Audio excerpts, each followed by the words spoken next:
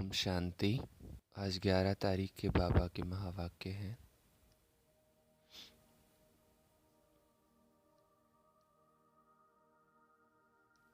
आज बाबा ने कहा, मीठे बच्चे,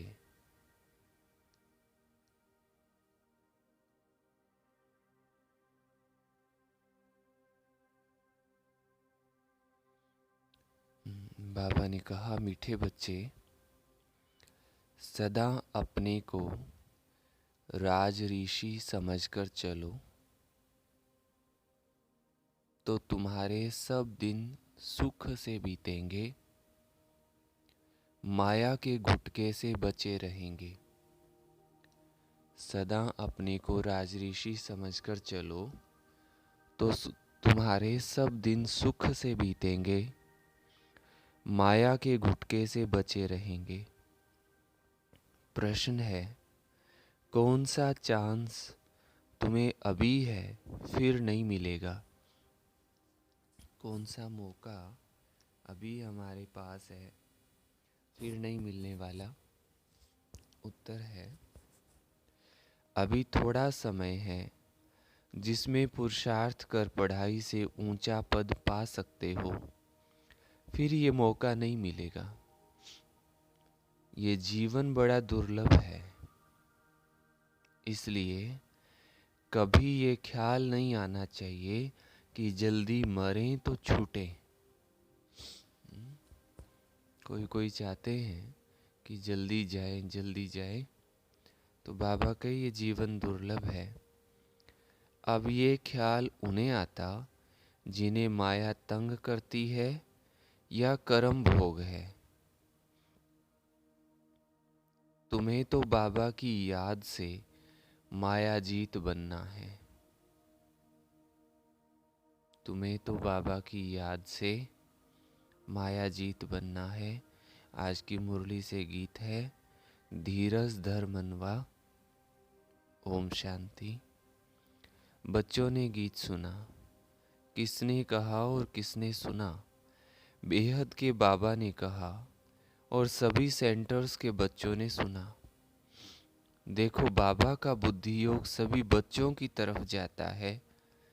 सभी सेंटर्स के जो भी ब्राह्मण कुलभूषण व स्वदर्शन चक्रधारी अथवा राजऋषि बच्चे हैं, उन बच्चों को ये भी स्मृति में रहना चाहिए कि हम राजऋषि हैं। हम राजऋषि हैं, राजाई के लिए पुरुषार्थ कर रहे हैं। जिस राज्य में देखो, सदैव सुख के दिन व्यतीत होते हैं। कलयुग में तो सुख के दिन बीतते ही नहीं है। सुख के दिन माना है ही नहीं सुख। तुम जो राजऋषि हो, तुम्हारे भी सुख के दिन यहाँ बीतने चाहिए।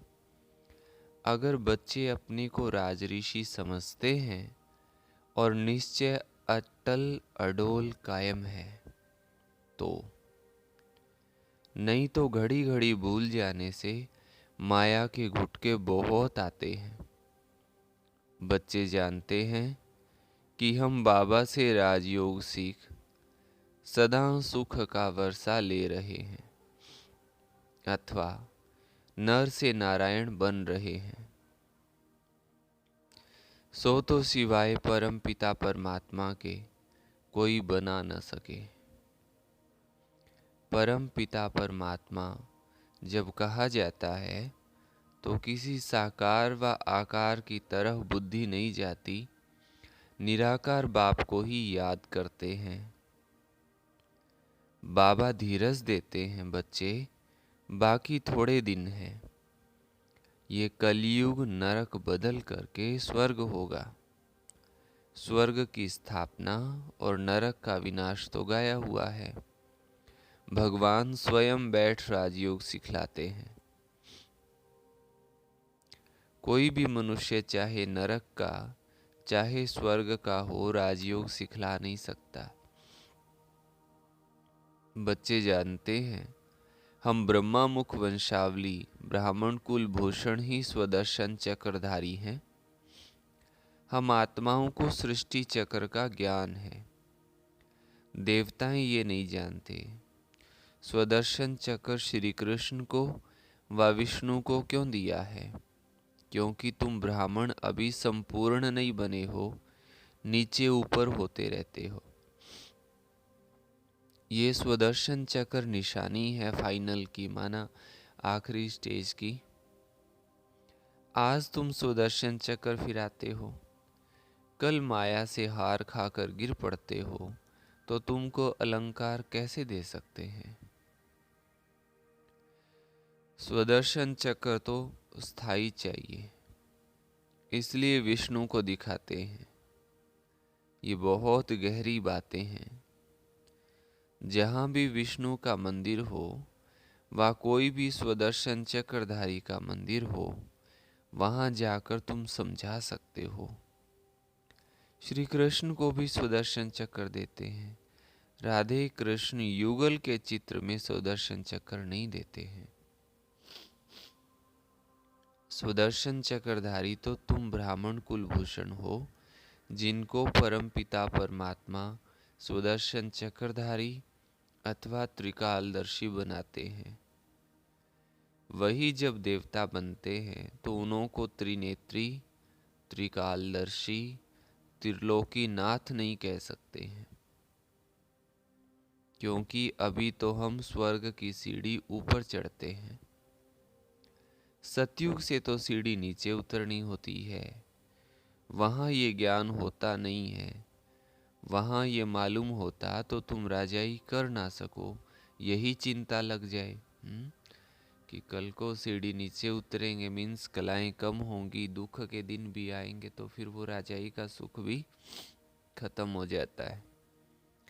तो अब बाबा बच्चों को धीरज देते हैं कि घबराओ मत, माया पर जीत पानी है। माया के तूफान आएंगे जरूर, विघ्न पड़ेंगे, इसका इलाज है। माया का इलाज चाहते हैं ना सभी, तो बाबा इलाज बता रहे हैं। इलाज है योग में रहो।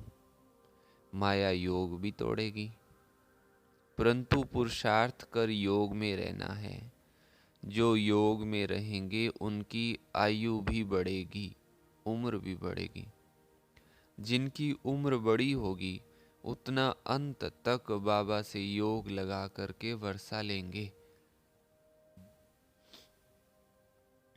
योग से तंदुरुस्ती को भी ठीक करना है, इसलिए बाबा कहते हैं योगी भव, मेरे को निरंतर याद करो। जितना पुरुषार्थ करेंगे उतना स्वर्ग में प्रारब्ध पाएंगे। तो बाबा कहते हैं बच्चे, योग में रहो तो तुम्हारे विकर्म विनाश होंगे। माया का इलाज भी योग में है। योग से तंदुरुस्ती भी बढ़ेगी, योग से विकर्म भी विनाश होंगे। बाकी थोड़ा समय है। तुम ऐसे नहीं कहेंगे कि विनाश जल्दी हो तो हम स्वर्ग में जाएं, क्योंकि ये जीवन बड़ी दुर्लभ है। ऐसे नहीं कि अभी शरीर छोड़ फिर नया शरीर लेकर पढ़ाई पढ़ सकेंगे। बाल अवस्था में ही होगा तो विनाश आरंभ हो जाएगा, बालिग भी नहीं बन सकेगा। इसलिए क्योंकि इसमें छोटे बड़े सबका विनाश होने वाला है। जल्दी मरें ये वही कहेंगे जिनको माया बहुत तंग करती है या कोई कर्म भोग है उनसे छूटना चाहते हैं, परंतु ये मौका फिर नहीं मिलेगा। इसलिए पुरुषार्थ में जुट जाओ। बाकी तो जब समय आएगा तो ना चाहते भी सबको जाना पड़ेगा, क्योंकि बाबा सबको रूहानी यात्रा पर ले जाएगा। ऐसे नहीं सिर्फ 10-20 लाख को ही ले जाएगा। जैसे कुंभ के मेले पर 10-15 लाख जाते हैं। अब ये तो आत्मा परमात्मा का मेला है। बाबा स्वयं पंडा बनकर लेने आए हैं। इनके पिछाड़ी तो अनगिनत आत्माएं जाएंगी, परंतु ऐसे भी नहीं सब जल्दी जाएंगे। प्रलय हो तो फिर ये भारत खंड ही ना रहे, परंतु ये भारत अविनाशी खंड है, यहाँ बहुत रह जाते हैं। फिर सूर्य सतयुग में एक ही सूर्यवंशी राजधानी स्थापन होगी। कलयुग विनाश हो, सतयुग स्थापना होने में बीच का थोड़ा सा टाइम मिलता है। इसमें थोड़े रह जाते हैं जो नए सिर अपनी राजधानी बनाते हैं। बाकी पुरुषार्थ का यही थोड़ा समय है। इसको कल्याणकारी युग कहा जाता है। दूसरे संगम को कल्याणकारी नहीं कहेंगे, क्योंकि नीचे उतरते जाते हैं।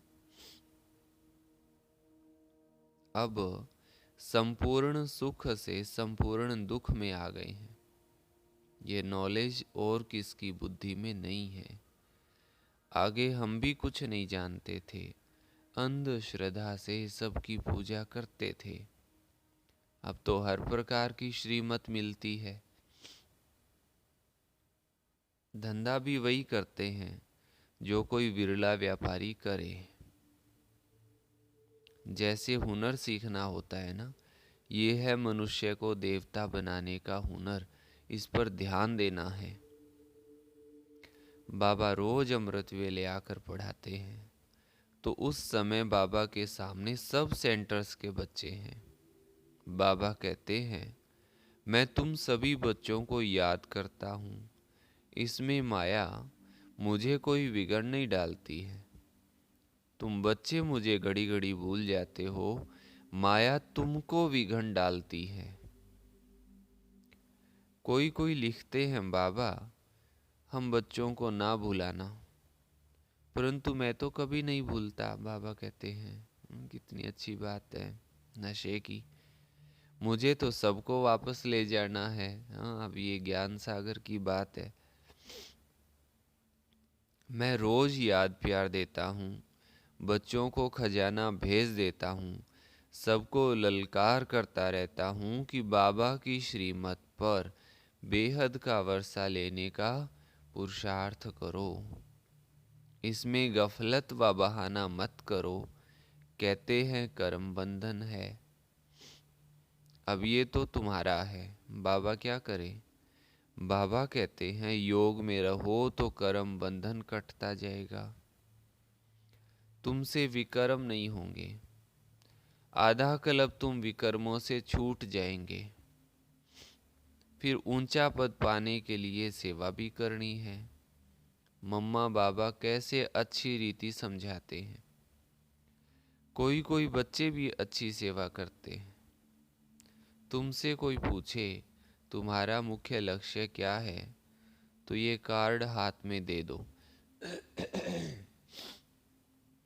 उससे सब समझ जाएंगे कि ये किस धंधे में लगे हुए हैं। ये तो बड़े व्यापारी हैं, हर एक की रग देखनी है। सबसे अच्छा है चक्र पर समझाना।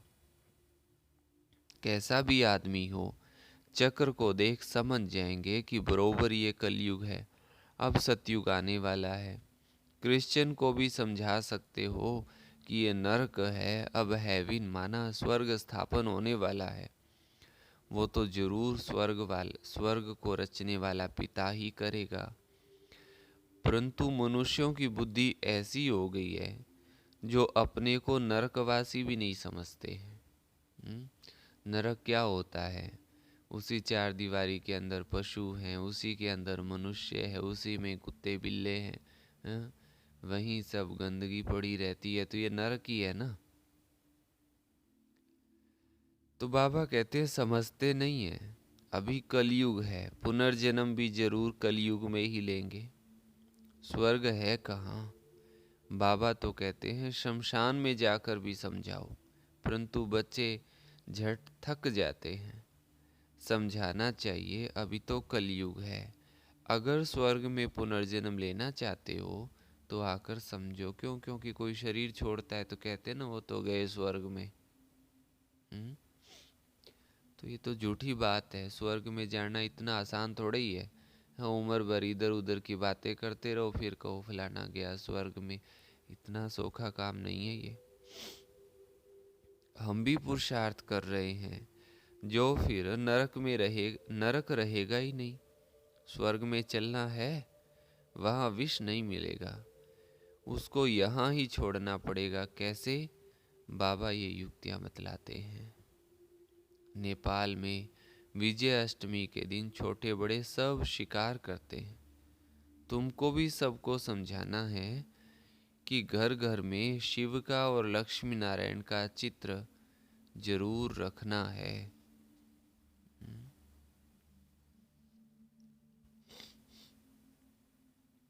नौकरों को, मिस्त्रियों को भी समझाना है कि मौत सामने खड़ा है।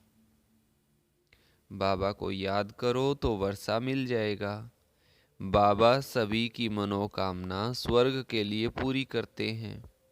योग लगाने से बाबा साक्षात्कार भी करा सकते हैं। बाबा है ही कल्याणकारी, तो बच्चों को भी ऐसा कल्याणकारी बनना है। बाबा कल्याणकारी है, कैसे किसका कल्याण होना है, तो उसके लिए बाबा सब काम करते हैं।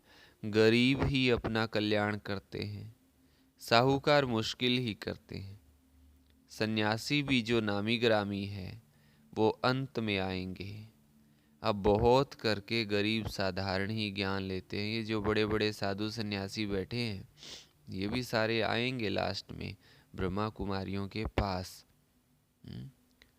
बाबा भी साधारण तन में आता है, गरीब में नहीं आता है। अगर ये भी गरीब होता तो कुछ कर ही नहीं सकता। गरीब बच्चों की संभाल कैसे करते? तो युक्ति देखो कैसी रखी है। साधारण ही हो, जो बलि भी चढ़े और इतनी सबकी परवरिश भी होती रहे। इनके साथ साथ और भी बहुत बलि चढ़कर वारिस बन गए। अच्छा, मीठे मीठे सिकी लधे बच्चों प्रति माता पिता बाप दादा का याद प्यार, माता पिता बाप दादा का याद प्यार। Good morning. रूहानी बाप की रूहानी बच्चों को नमस्ते। हम रूहानी बच्चों की रूहानी माता पिता बाप दादा को याद प्यार, गुड मॉर्निंग और नमस्ते। तो धारणा के लिए मुख्य सार है, बाबा ने जो मनुष्य को देवता बनाने का हुनर सिखलाया है, मनुष्य को देवता बनाने का हुनर सिखाया है, उसमें ही लगना है। सेकंड पॉइंट है, श्रीमत पर चलने में गफलत व बहाना नहीं करना है। श्रीमत पर चलने में गफलत व बहाना नहीं करना है। कर्म बंधनों से छूटने के लिए याद में रहना है। कर्म बंधनों से छूटने के लिए याद में रहना है। वरदान दिया बाबा ने, श्रेष्ठ कर्मधारी बन, ऊंची तकदीर बनाने वाले, पद्मा पदम भाग्यशाली भव। श्रेष्ठ कर्मधारी बन, ऊंची तकदीर बनाने वाले, पद्मा पदम भाग्यशाली भव। जिसके जितने श्रेष्ठ कर्म है, उसकी तकदीर की लकीर उतनी लंबी और स्पष्ट है। तकदीर बनाने का साधन है ही श्रेष्ठ कर्म। तो श्रेष्ठ कर्मधारी बनो और पद्मा पदम भाग्यशाली की तकदीर प्राप्त करो। लेकिन श्रेष्ठ कर्म का आधार है श्रेष्ठ स्मृति। श्रेष्ठ से श्रेष्ठ बाबा की स्मृति में रहने से ही श्रेष्ठ कर्म होंगे। इसलिए जितना चाहो उतना लंबी भाग्य की लकीर खींच लो। इस एक जन्म में अनेक जन्मों की तकदीर बन सकती है। स्लोगन है, अपने संतुष्टता की पर्सनालिटी द्वारा अनेकों को संतुष्ट करना ही संतुष्ट मणि बनना है। मातेश्वरी जी के महावाक्य। फर्स्ट पॉइंट है, ये जो मनुष्य गीत गाते हैं, ओ गीता के भगवान, अपना वचन निभाने आ जाओ। अब वो स्वयं गीता का भगवान अपना कल्प पहले वाला वचन पालन करने के लिए आया है और कहते हैं, हे बच्चे, जब भारत पर अति धर्मग्लानि होती है तब मैं इसी समय अपना अंजाम पालन करने माना वायदा निभाने के लिए अवश्य आता हूँ। अब मेरे आने का मतलब ये नहीं है कि मैं कोई युगे युगे आता हूँ। सभी युगों में तो कोई धर्मग्लानि नहीं होती। धर्मग्लानि होती है कलयुग में, तो मानो परमात्मा कलयुग के समय आता है।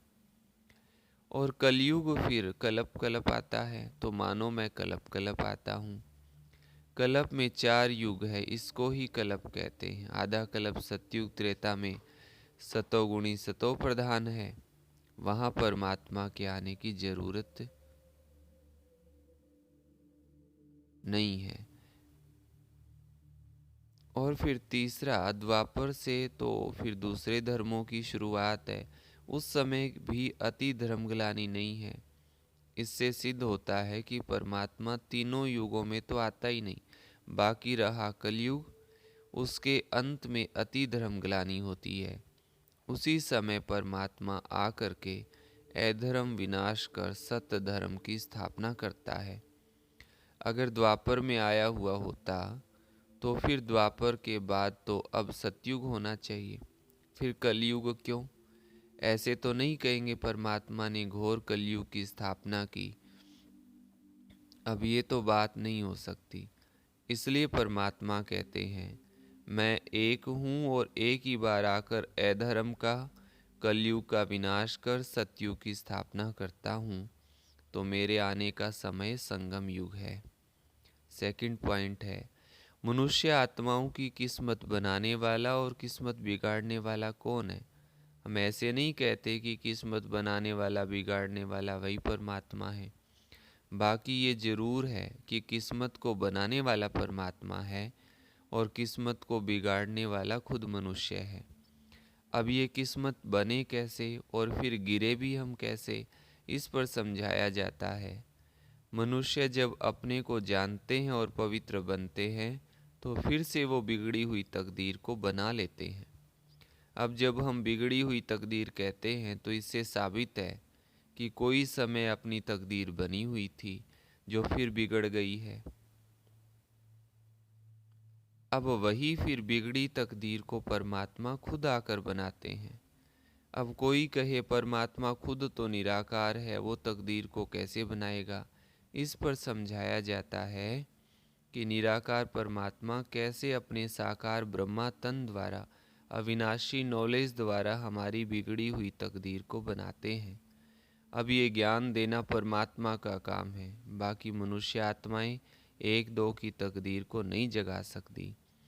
तकदीर को जगाने वाला एक ही परमात्मा है, तभी तो उन्हों का यादगार मंदिर कायम है। अच्छा, ओम शांति। ये थे बाबा के आज के महावाक्य। ओम शांति। आज की मुरली से मुख्य पॉइंट्स।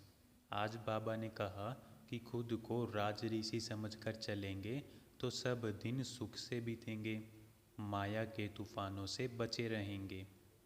फिर बाबा ने कहा कि पुरुषार्थ का समय अभी है। सभी सेंटर्स के स्वदर्शन चक्रधारी बच्चों को बाबा ने कहा कि तुम्हें यह स्मृति होनी चाहिए कि हम राज ऋषि हैं।